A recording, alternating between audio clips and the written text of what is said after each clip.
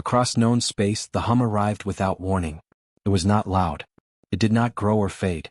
It simply existed, steady and calm, like a heartbeat that refused to stop. Listening stations that had tracked stars for thousands of cycles paused their usual work. Sensors recalibrated. Engineers checked for errors. The hum remained. On distant worlds, alien technicians stared at their displays in silence. The signal did not match any known engine, weapon, or star. It was artificial. That much was clear. It carried intention but no message. No threat. No greeting. Just presence. Soon councils were called. In vast halls of crystal and metal, leaders argued over its source. Some claimed it was a natural event, a rare vibration between stars. Others feared an ancient machine had awakened. A few suggested a young species might be responsible, but those voices were quickly dismissed. Humans are not capable of this, one counselor said with confidence. They are recent, fragile, still divided among themselves. The others agreed. Humanity was known but not respected. A species that struggled with its own world could not possibly create something that touched the galaxy so evenly. The councils turned their attention elsewhere, but the hum continued unchanged. On Earth, far from alien debate, the atmosphere was different. Deep beneath reinforced stone and steel, a command chamber glowed with soft light. Screens lined the walls, filled with slow-moving data and quiet confirmations. No alarms sounded. No one shouted. The room was calm, almost still. James stood at the center console, his hands resting lightly on its edge. His face showed no surprise, only focus. Beside him stood Emily, her eyes moving between readouts with steady care. They had waited a long time for this moment. "It's stable," Emily said quietly. James nodded. "Across all arrays?" "Yes. Every external sensor confirms it. No fluctuation. No drift." James let out a slow breath. Years of planning, building, and silence had led to this single confirmation. The hum they heard was not just sound. It was the voice of something vast, finally awake. Around them, a small team worked in careful silence. Michael adjusted long-range feeds. Jessica monitored power flow. David recorded every second, knowing history often hid in moments that felt ordinary. Above Earth, beyond the thin blue sky, the Dreadnought waited. It had no sharp edges or glowing weapons. Its shape was simple and massive, like a mountain carved into the dark. Its surface absorbed light instead of reflecting it. No flags marked it. No name was painted across its hull. It did not need them. For decades, it had slept, hidden in orbit, silent as space itself. Humanity had built it slowly, in secret, not out of fear but caution. Every system had been tested again and again. Not because it had to be perfect, but because it had to be controlled. The Dreadnought was not made to conquer. It was made to endure. James remembered the early days when the idea had first been proposed. Many had laughed. Some had protested. Others had worried what such power would mean. In the end, it was not fear that pushed the project forward, but understanding. Space was wide. Humanity was small. Silence could be dangerous. Emily broke his thoughts. External systems are fully synchronized. The hum is now detectable beyond the outer reach. That was always the plan, James said. Let them hear us without seeing us. Michael looked up from his station. Alien arrays are reacting. We're picking up increased activity. No direct contact. James allowed himself a small smile. Good. Let them wonder. The hum was not a message in language. It carried no symbols or codes. It was simple and clear, like a hand resting on a table to show presence. It said one thing only: someone was here and they were not afraid. Far across the stars, confusion spread. Ships slowed. Patrol routes shifted. Ancient sensors that had not been activated in centuries powered on again. Records were searched. Legends were recalled. The hum matched none of them. Some began to worry. What if it is a weapon? One commander asked. What if it is a warning? Another said. Still, few considered Earth. Humanity was easy to underestimate. Their broadcasts were noisy. Their history was messy. They argued openly and often. They did not hide who they were. That made them seem weak. On Earth, the command chamber remained quiet. James watched as the Dreadnought's system settled into balance. It was fully awake now, but restrained. Its weapons stayed offline. Its shields remained low. The hum was enough. Emily studied his expression. Do you think they'll understand? James thought for a moment. Eventually. Not today. Maybe not tomorrow. But they will. And if they don't? Then we wait, he said. We've waited this long. Jessica turned from her screen. There's something else. The hum? It's calming some of the surrounding interference. Background noise is dropping. David raised an eyebrow. It's stabilizing space around it? In a way, Jessica replied. Not aggressively. Just present. James nodded slowly. That was the hope. The Dreadnought did not push outward. It did not chase attention. It simply existed, strong and patient like a promise kept. On distant worlds, some alien listeners began to feel unease, not because of danger but because of what the hum suggested. Whoever made it did not rush. They did not hide after being noticed. They did not demand response. They waited. Back in the chamber, James placed his hand flat on the console. Logged the activation as complete.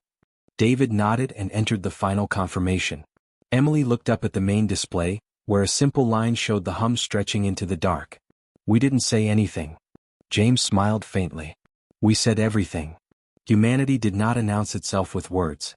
It announced itself with restraint, with control, and with a presence that asked the galaxy to listen before judging. And for the first time the stars did. The hum changed. It did not grow louder and it did not spread faster. Instead, it shifted in shape like a breath becoming a word. Across the galaxy, listening arrays adjusted on their own, as if they understood something new was happening. The steady signal gained pattern, gentle and clear. It was not a shout. It was not a command. It was a voice. On Earth, the change appeared first as a soft alignment across the screens. Michael noticed it before anyone else. His fingers paused above the controls as numbers settled into order. It's ready, he said quietly. Jessica leaned closer, her eyes scanning the data. All channels are synchronized. No distortion. No pressure wave. James stood behind them, calm as ever. Emily watched the readings with focused attention, her posture straight but relaxed. This is it, Emily said. Once we send it, there's no taking it back. James nodded. We were never meant to. Michael took a slow breath. Transmission window is open. For a brief moment, no one spoke. The command chamber felt smaller then, as if history itself had leaned in to listen. Send, James said. Jessica pressed the control. The voice carried outward along the hum, riding it like a current. It was simple, short, clear. It used no threats, no demands, and no claims of power. Earth acknowledged the galaxy. That was all. No declaration of strength. No warning. No promise. Just recognition. A calm statement that humanity knew it was not alone, and that it accepted that truth without fear. Across known space, the effect was immediate. Alien fleets that had been moving toward unknown coordinates slowed. Some stopped entirely. Weapons systems that had been warming powered down. Commanders stared at their displays, unsure what to think. The voice did not sound like fear. It did not sound like pride. It sounded steady. In council halls, arguments broke apart. Leaders who had expected a challenge found none. Those who had waited for weakness heard control instead. The message did not ask for permission. It did not beg for attention. It simply existed. How can a young species speak like this? One alien leader asked. Why do they not threaten us? Another demanded. No one had an answer. On one distant bridge, an alien commander studied the signal again and again. If this is a weapon, he said slowly, it is the strangest one I have ever seen. It doesn't push, his advisor replied. It doesn't pull. It just waits. That waiting was what unsettled them most. Back on Earth, the Dreadnought remained still. Its massive engine stayed silent. No energy spike followed the message. No movement disturbed its place in orbit. It had spoken. Now it listened. David sat at his terminal, recording every response, every delay, every moment of silence that followed. His hands moved carefully. He knew this was not just data. This was the turning of a page. This will be studied for centuries, he said quietly. Michael glanced back at him. If they let us. They will, David replied. They have to. We didn't give them anything to fight. Emily watched the long-range feeds. Alien fleets are holding position. No advances. No retreats. James allowed himself a small nod. They're thinking. Jessica folded her arms. They expected noise. Or fear. Or aggression. And we gave them none of it, James said. Minutes passed. Then more. Across the stars, confusion slowly became caution. Caution turned into attention. Species that had ignored humanity before began to review old records. They re-examined human history, not looking for chaos this time, but for pattern. They found endurance. Wars survived. Disasters endured. Mistakes learned from, slowly and painfully. Humans fell often, but they kept standing back up. The voice they heard now made sense in that light. It was not the voice of conquerors. It was the voice of survivors. In the command chamber, no one celebrated. There were no smiles of victory. Only quiet understanding. Emily broke the silence. Do you think they'll respond? James considered it. Some will. Some won't. That's not the point. Then what is? She asked. That we spoke without shouting, he said. That we showed them who we are before they decided for us. Jessica checked the power readings. The Dreadnought is holding steady. No strain. No escalation. Good, Michael said. Let it stay that way. Far beyond Earth, a few alien ships finally sent replies. They were cautious, fragmented, unsure. Questions without shape. Curiosity mixed with fear. David marked the time. First responses logged. James did not rush to answer. Not yet, he said. They came to us when they were ready. We can wait. The Dreadnought drifted in silence, massive and unmoving, like a thought held carefully in mind. Its message had been delivered. Its purpose for now fulfilled. Across the galaxy, history shifted quietly. Not with fire. Not with force. But with calm confidence, and a voice that chose restraint when it could have chosen more. Fear moved through the galaxy in a quiet way. It did not rush. It did not scream. It settled into minds and stayed there. Alien leaders gathered again and again, arguing the same points, reaching no clear answer. The Dreadnought had revealed itself fully now, and the truth was impossible to ignore. It could end any conflict in moments. On Earth, John and Ashley stood side by side in a wide control room filled with soft light. Large screens showed slow streams of data coming in from deep space. There were no alarms, no flashing warnings. Everything was calm, almost too calm. John studied the main display.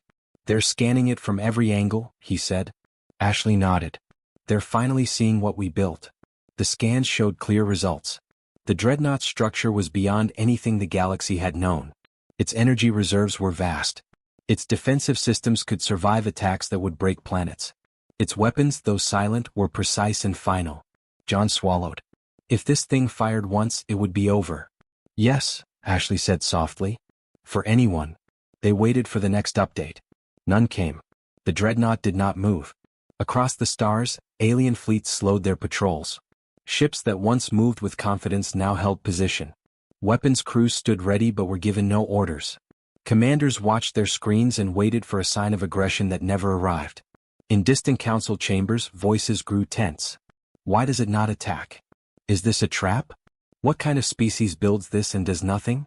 Fear grew stronger with every unanswered question.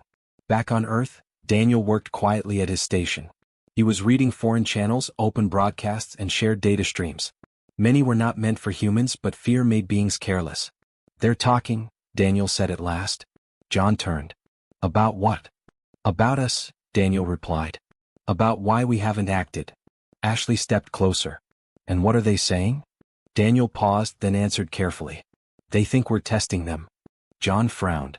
Testing how? To see how they react to power, Daniel said. To see if fear makes them strike first. Ashley looked back at the Dreadnought's image. And does it? Daniel shook his head. Not yet. But something else is happening. He brought up a translated feed. Alien analysts were sharing ideas across species lines. Old records were being reviewed. Human history, once ignored, was now studied closely. They're seeing patterns, Daniel said. Wars we could have ended sooner. Weapons we didn't use. Times we stopped ourselves. John crossed his arms. They're realizing we hold back. Yes, Daniel said. And that scares them more than strength. In one alien fleet, a commander stared at the projection of the Dreadnought. If they wanted us gone, he said slowly, we would already be dust. His officers did not argue. Another leader spoke in a council hall far away. This ship does not act like a ruler's weapon. It acts like a final choice. That idea spread quickly. On Earth, Ashley noticed a change in the data. Fleet movements are slowing even more. Some are pulling back. John nodded. They don't want to be the first to make a mistake. The Dreadnought continued to do nothing. No shields flared. No weapons charged. Its engine stayed silent, holding it steady in orbit like a calm thought in a restless mind. Daniel leaned back slightly. They're starting to understand. Ashley looked at him. Understand what? That this ship isn't meant to conquer, Daniel said. It's meant to remind. John raised an eyebrow. Remind who? Everyone, Daniel replied. Including us. The truth settled over them. Humanity had built the Dreadnought knowing it would one day be seen. Knowing that, in that moment, there would be no limits placed by others. Only by themselves. Across the galaxy, fear slowly began to change. It did not disappear, but it softened. Reports were rewritten.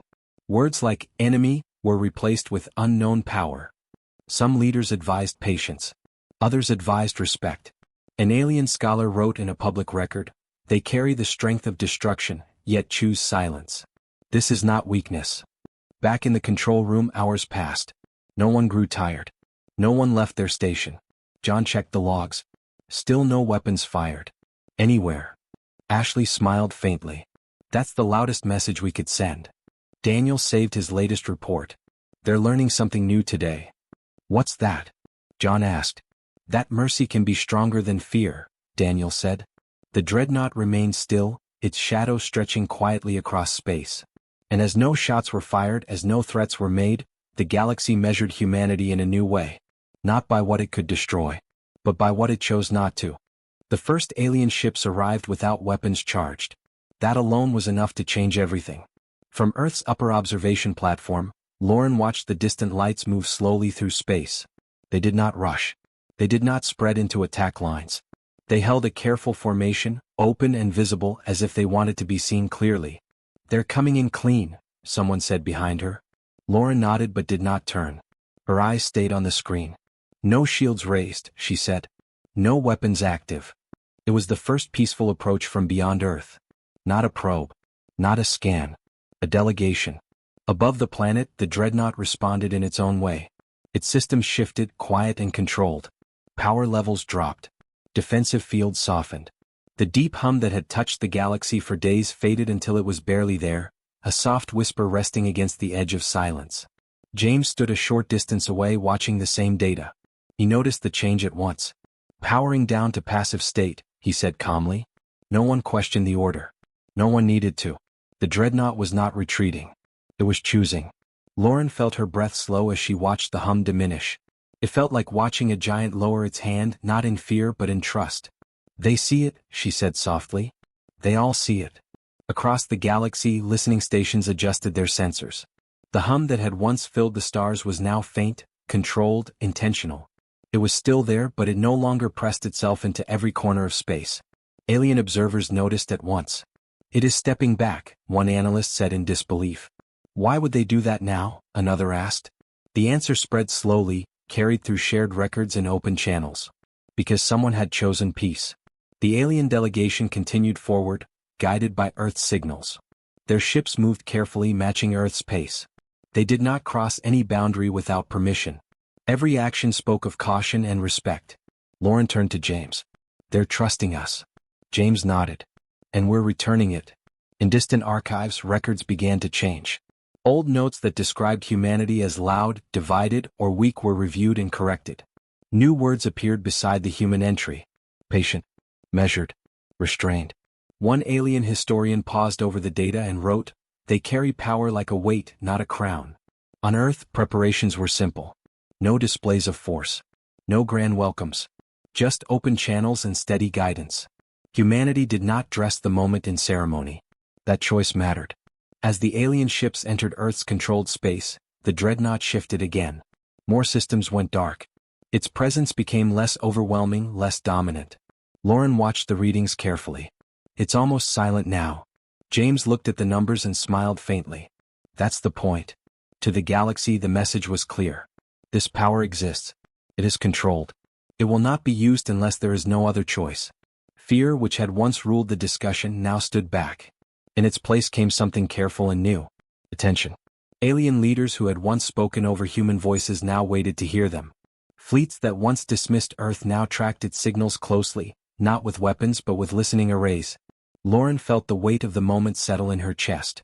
We didn't win anything, she said quietly. James met her gaze. No, he replied. We were understood. As the delegation drew closer, Earth's skies remained clear. No defenses activated. No threats issued.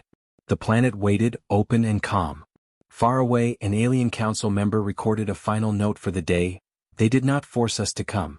They made it safe to approach. Across the stars this record spread.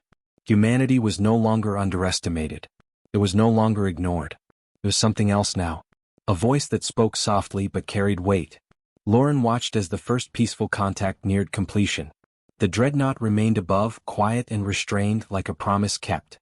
And for the first time, the galaxy listened to humanity, not because it feared what humans could do but because it trusted what they chose not to do. The Dreadnought returned to its quiet place above Earth without ceremony. Its engines did not flare. Its systems did not announce the move. It simply adjusted its position and became still again, resting in orbit like it had before anyone else knew it existed. The hum was gone. Across the galaxy, listening arrays searched for it and found only silence. Not an empty silence, but a calm one. The kind that followed a decision already made. On Earth, life continued. Trains moved through cities. Markets opened at sunrise. Children walked to school without knowing how closely the stars had been watching their world. James passed through a quiet corridor, coffee in hand, looking like any other worker starting a normal day. That was how he wanted it. Emily reviewed reports in a small office filled with light. There were no urgent messages now. No warnings. Just notes from distant systems confirming what everyone already felt. Things had changed. But Earth had not. Michael and Jessica shut down monitoring stations one by one. Not because the galaxy was gone but because it was calm. There was nothing left to prove. David archived the final records. He paused before closing the file, reading through the early entries again. Fear. Doubt. Silence. Choice. Understanding. He added one last line. Outcome, restraint accepted. Far from Earth, in distant systems with strange skies and older stars, the story began to settle into memory. It was shared slowly, passed from one record keeper to another, changed slightly each time, but never in its core meaning. When the galaxy listened for threats, it heard restraint instead. Alien fleets returned to their patrols, but with new caution. Not fear-driven caution but thoughtful care. Routes were adjusted. Borders softened. Humanity was no longer treated as a background noise of space. It was watched. Carefully. In one distant archive, an alien historian spoke aloud while recording. They did not announce dominance. They did not demand notice. They spoke once and then they waited. Another replied, and that was enough. The Dreadnought remained in orbit, silent and patient. Its systems slept but they were ready. Not eager. Not restless. Ready in the way a locked door is ready, not to invite trouble but to stop it if it comes. James stood on a balcony overlooking the planet one evening, the sky clear and dark. Lauren joined him, hands resting on the rail. Do you think they'll remember? She asked. James did not answer right away. He watched the stars, the same ones humanity had feared and dreamed about for centuries. They will, he said at last. Because it wasn't loud. Lauren nodded. The loud moments fade. The quiet ones stay, James replied. Across the galaxy, that quiet moment became a lesson. Not all power needed to be used. Not all strength needed to be shown. Some species ruled by force. Others survived by fear. Humanity chose something different. In the years that followed, trade routes opened slowly. Conversations began carefully. Humans were invited into councils not as leaders but as equals. When asked about the Dreadnought, humans gave simple answers. It exists, they said, so that it never has to be used. That answer spread farther than any weapon ever could. On Earth, the Dreadnought faded from public thought. It became a line in old reports, a quiet presence above the sky. Most people never looked up long enough to wonder about it. That was fine. Humanity had never wanted to rule the galaxy. It had only wanted to be understood before it was judged. And in the end it was. The stars remembered not a battle, not a threat, not a war, but a single choice made when no one could stop them. Humanity had spoken only once. And it was enough.